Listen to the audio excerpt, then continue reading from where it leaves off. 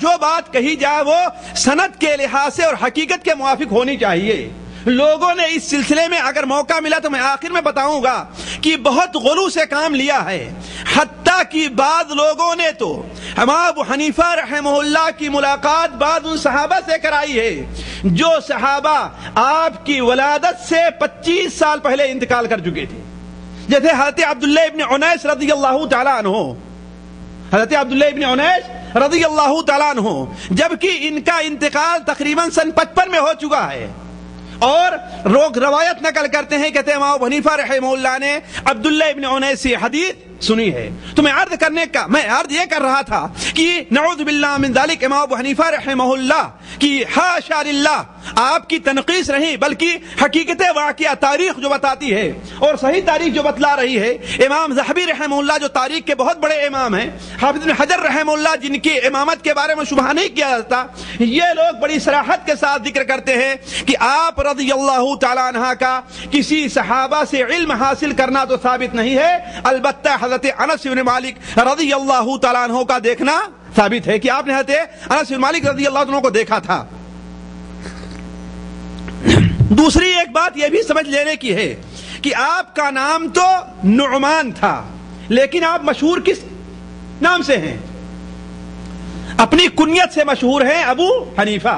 دیکھیے ایک اسلامی مسئلہ ہے، ایک شرعی طریقہ ہے، اسلامی طریقہ کنیت رکھنے کا ہے. اسی لیے شاید ہی کوئی صحابی گزرا ہو جس کی کوئی کنیت نہ رہی ہو. لیکن کنیت کس کو کہتے ہیں؟ کنیت کہتے ہیں کہ انسان اپنے بڑے بیٹے کے نام سے کہے کہ فلاں کا باپ. جیسے آپ کے بیٹے کا نام خالد ہے، بڑے بیٹے کا، تو کیا کہا جائے؟ ابو خالد. یہی چیز کنیت ہے. یا باپ کی طرف نسبت کی جائے فلاں کے بیٹے. جیسے حضرت عبداللہ ابن عمر کس سے مشہور تھے؟ ابن عمر کے نام سے، ابن عمر. تو اب اور ابن یعنی باپ اور بیٹا یہ لگا کر کے شریعت کے اندر، بلکہ اس کی بڑی اہمیت ہے. خود اللہ کے رسول صلی اللہ علیہ وسلم کی بھی کنیت تھی کہ نہیں تھی؟ آپ کی کنیت کیا تھی؟ جی ابو القاسم تھی. لیکن کنیت کے لیے یہ ضروری نہیں ہے کہ ان کے یہاں کسی بیٹے کی پیدائش ہوئی بھی ہو. بسا اوقات لوگ اپنی کنیت بچپن ہی سے رکھ لیا کرتے تھے. حتیٰ کہ صحابہ کرام اور عرب کے اندر تو یہ دستور تھا کہ بسا اوقات ایک بچہ پیدا ہوا ابھی چھوٹا سا ہے کہ اس کی کنیت رکھ لی جاتی تھی. جیسا کہ بخاری شریف کے اندر وہ حدیث ہے نا کہ انس بن مالک کا ایک بھائی تھا. انس بن مالک کا ایک بھائی تھا، حضرت ام سلیم رضی اللہ تعالی عنہا کے صاحبزادے. انہیں اللہ کے رسول خود کہا کرتے تھے یا ابا عمیر ما فعل النغیر، یا ابا عمیر، اے ابو عمیر، یعنی ان کو کنیت سے آپ پکارا کرتے تھے. اسی لیے حضرت عائشہ رضی اللہ تعالی عنہا نے اللہ کے رسول سے درخواست کیا کہ میں بھی اپنی کنیت رکھنا چاہتی ہوں، حالانکہ میری کوئی اولاد نہیں ہے. تو آپ نے کہا کہ اپنے بھانجے عبداللہ کے نام پر اپنی کنیت رکھ لو، اس لیے کہ عبداللہ ابن زبیر جو تھے حضرت عائشہ کی بہن حضرت اسماء بنت ابی بکر کے بیٹے تھے. اسی لیے حضرت عائشہ کنیت ام عبداللہ، ان کی کنیت ام عبداللہ. یہ چیز آج بھی عرب کے اندر کثرت سے پائی جاتی ہے کہ ابھی تک شادی نہیں ہوتی ہے، ابھی بچے ابتدائی اور متوسطہ کے مرحلے میں رہا کرتے ہیں لیکن اپنی کنیت رکھ لیا کرتے ہیں. اسی لیے بعض صحابہ کرام ایسی کنیت سے مشہور ہوئے کہ اس نام کا ان کی کوئی اولاد ہی نہیں تھی. مثال کے طور پر حضرت ابو بکر رضی اللہ تعالیٰ عنہ، بکر آپ کے کسی بیٹے کا نام نہیں ہے. حضرت عمر رضی اللہ عنہ ان کی کنیت کیا تھی؟ ابو حفص. اور حفص آپ کے کسی بیٹے کا نام نہیں تھا. حفصہ آپ کی بیٹی تھی لیکن حفص آپ کے کسی بیٹے کا نام نہیں تھا. تو اس زمانے میں لوگ کنیت بچپن ہی سے رکھ لیا کرتے تھے. بسا اوقات کسی کو کسی چیز میں شہرت حاصل ہو، معرفت حاصل ہو، اس کی بنیاد پر کنیت رکھ دیا کرتے تھے. تو اسی طریقے سے امام ابو حنیفہ رحمہ اللہ کی کنیت ابو حنیفہ ہے. نعمان آپ کا نام ہے اور کنیت آپ کی ابو حنیفہ ہے. یہ کنیت کیوں رکھی گئی؟ اس سلسلے میں کوئی حقیقی بات نہیں کہا جا سکتا. کچھ لوگ کہتے ہیں کہ عراق کی زبان میں حنیفہ کے معنی ہوتا ہے دوات کے. دوات جانتے ہیں نا جی, قلم دوات. آج دوات کا رسم ختم ہو چکا ہے, کوئی دوات جانتا ہی نہیں, لیکن پہلے قلم دوات تو بڑی مشہور چیز تھی نا. تو حنیفہ کے معنی کیا ہوتا ہے؟ دوات کے ہوا کرتا ہے. تو چونکہ آپ علم کے اندر اس قدر مشہور رہتے تھے کہ ہمیشہ قلم اور دوات اپنے ساتھ رکھا کرتے تھے, اسی لیے آپ کو کیا کہہ دیا گیا؟ ابو حنیفہ کہہ دیا گیا. بعض لوگ کہتے ہیں کہ حنیف کے معنی ہوتا ہے سچا پکا مسلمان اور اللہ کی عبادت کرنے والا, ہے نا, مطیع.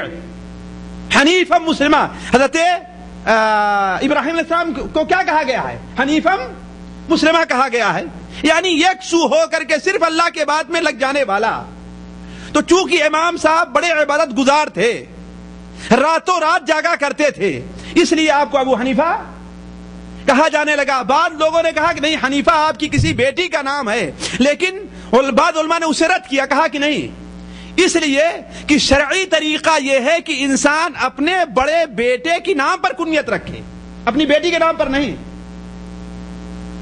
اسی لیے سنن ابو داؤد میں روایت ہے کہ ایک صحابی اللہ کے رسول کی خدمت میں حاضر ہوتے ہیں, انہیں لوگ ابو الحکم کہا کرتے تھے, انہیں لوگ ابو الحکم کہا کرتے تھے. تو پوچھا کہ تمہیں ابو الحکم لوگ کیوں کہتے ہیں؟ کہا اے اللہ کے رسول صلی اللہ علیہ وسلم, جب لوگ آپس میں ہماری قوم کے اندر کسی دو آدمی کا اختلاف ہوتا تو میرے پاس آتے, میں جو فیصلہ کرتا اسے لوگ مان لیتے. اور حکم کے معنی ہوتا ہے سرپنچ کی. حکم کے معنی کیا ہوتا ہے؟